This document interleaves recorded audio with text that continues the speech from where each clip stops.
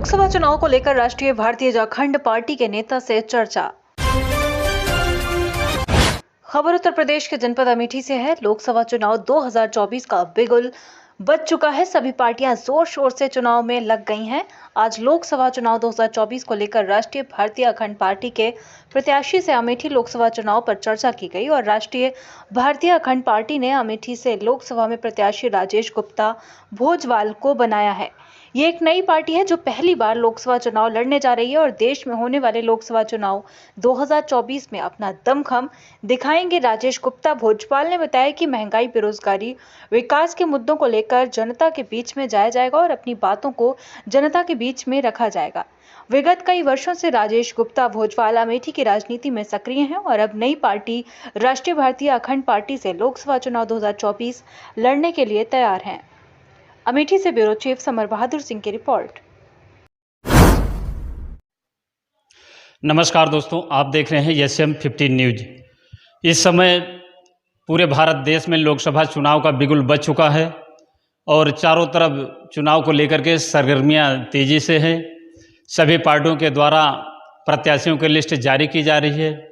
आज हम जनपद अमेठी के विकासखंड भेटुआ में मौजूद हैं। यहाँ राष्ट्रीय भारतीय अखंड पार्टी के राष्ट्रीय प्रवक्ता राजेश गुप्ता भोजवाल जी हमारे साथ मौजूद हैं। यहाँ के वर्तमान स्थिति के विषय में हम उन्हीं से जानने का प्रयास करते हैं। भैया जी, पहले तो अपना परिचय दें। मैं सबसे पहले तो आप सब अमेठी लोकसभा जनपद वासियों को आभार व्यक्त करता हूँ, धन्यवाद देता हूँ और सादर प्रणाम करता हूँ। जैसा कि 2024 चुनावी बिगुल बज चुका है और सभी पार्टियां लोकसभा प्रत्याशियों के साथ अपने अपने प्रत्याशियों के प्रचार प्रसार में लगी हैं, तो वही मैं राष्ट्रीय भारतीय अखंड पार्टी का राष्ट्रीय प्रवक्ता होने के नाते मैं भी अपने सभी प्रत्याशियों के लिए चुनाव में लगा हूँ। इस समय जो लोकसभा चुनाव चला हुआ है और इसमें पहले हम आपसे चर्चा करते हैं कि इस विगत 5 वर्षों में अमेठी में किस प्रकार का विकास हुआ है, इस विकास को किस रूप में आप देख रहे हैं? अमेठी का विकास मुझे तो नहीं लगता है कि मैं ज़्यादा बेटर बता पाऊँगा। इस समय तो अमेठी के विकास के बारे में तो जन जन के मन में जो चल रहा है वो तो वोट के समय ही पता चलेगा और माननीय सांसद महोदय से पूछे तो आप ज़्यादा बेटर होगा उस विकास। इस समय नए मतदाता जुड़ रहे हैं, इनका रुझान किस तरफ होगा? क्योंकि युवाओं का जोश कुछ अलग ही होता है। बिल्कुल सही है, ये आपका सवाल बहुत बढ़िया है।